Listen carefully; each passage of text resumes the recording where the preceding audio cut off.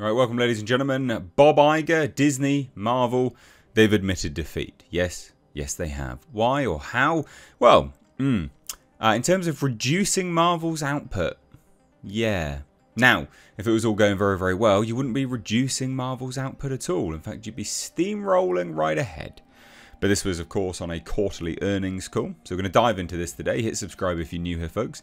And please do turn the bell notifications on. You like what I do here, you want to support the channel because we get heavy demonetization, then please do consider becoming a Patreon, which you can find linked down below. Anyway, yes, Disney's Bob Iger on reducing Marvel output, balancing sequels and original films. Now, I say that this is him admitting defeat because it is.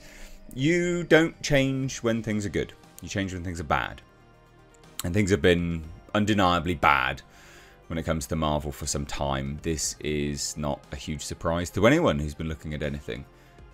So, yeah, I thought this would make for an interesting video. I'm sure you do too, quite frankly. But it says here, Disney CEO Bob... just side note as well, by the way. How can Disney keep saying these things, right?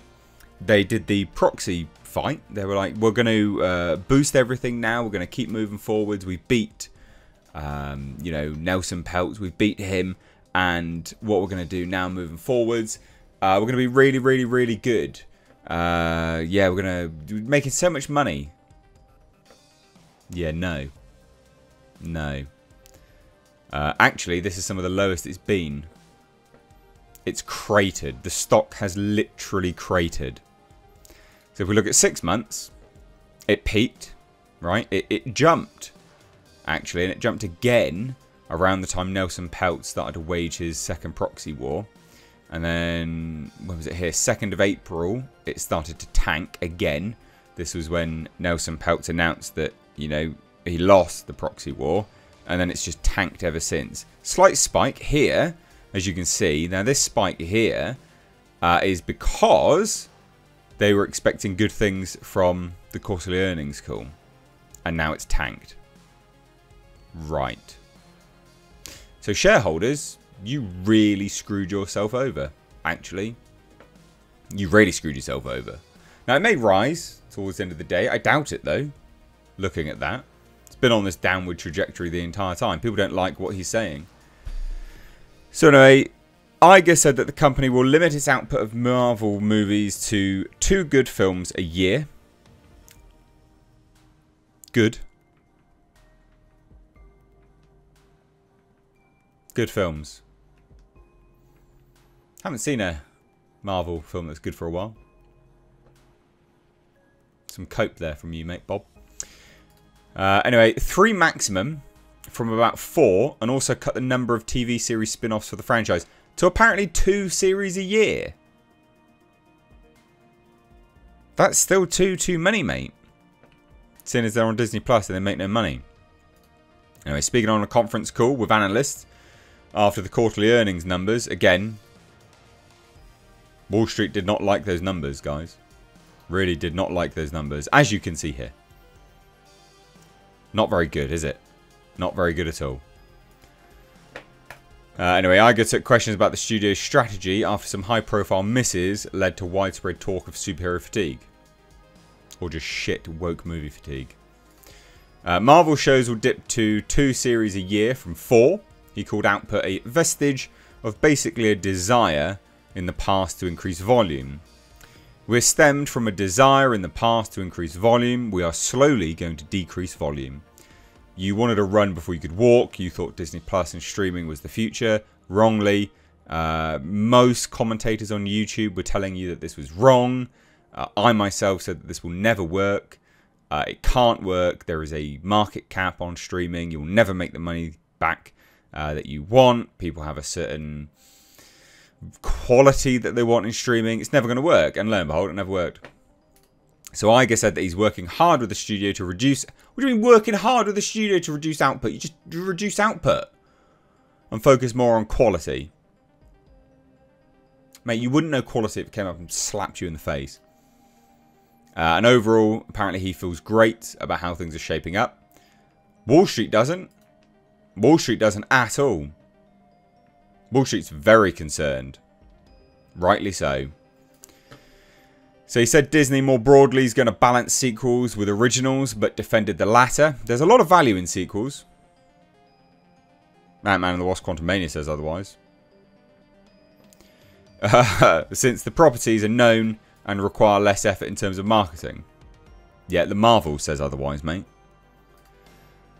We'd gone through a period where our original films and animation were dominating. We're now swinging back a bit to lean on sequels.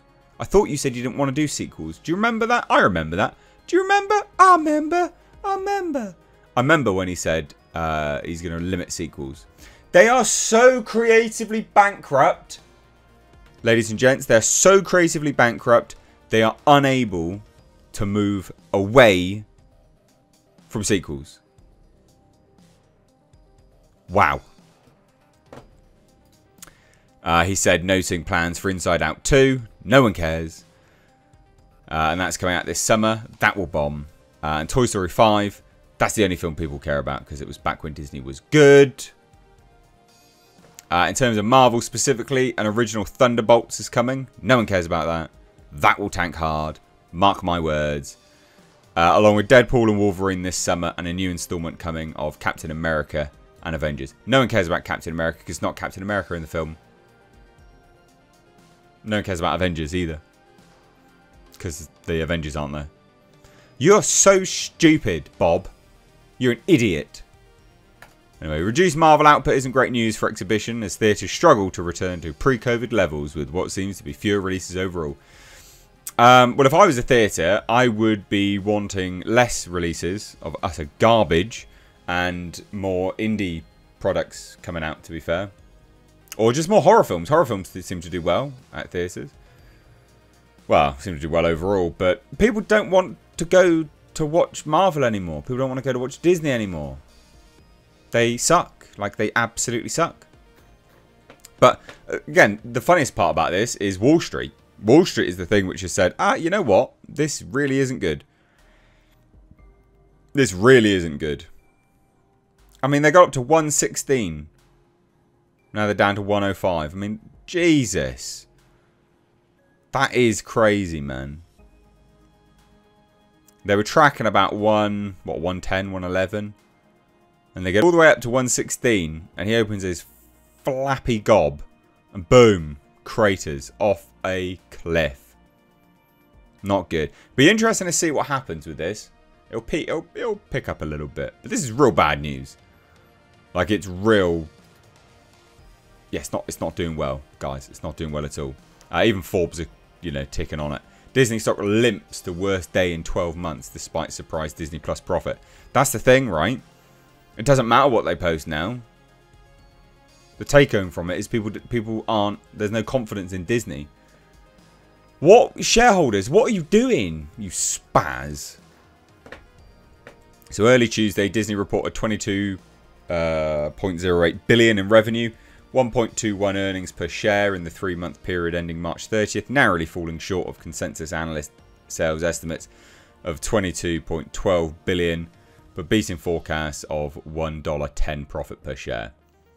Disney also upped its guidance for full-year profit growth from 20% to 25%, still a tick below Wall Street forecasts of 25.3%. Perhaps most interestingly, Disney reported $47 million quarterly operating profit for its Hulu and Disney Plus streaming services. That is honestly probably just Hulu. A massive turnaround from 2023 comparable periods of $587 million loss. Now, again, it's Hulu that's picking that up. But secondly, Disney Plus still hasn't made money. Right? Like, that's a depreciating asset. That's how they're working out now that they're making money. Because they're like, well, we invested this much, across this many years. There's a depreciation on that value. And now we're turning a profit. You haven't. If you're actually looking at what they've earned on a yearly basis, how long Disney Plus has been available, it's never turned a physical profit. So, yeah, fun times. Fun times for Disney. And Wall Street doesn't seem to like it. So let me know what you think down below. But yeah, Disney is admitting defeat here. Amazingly. In more ways than one.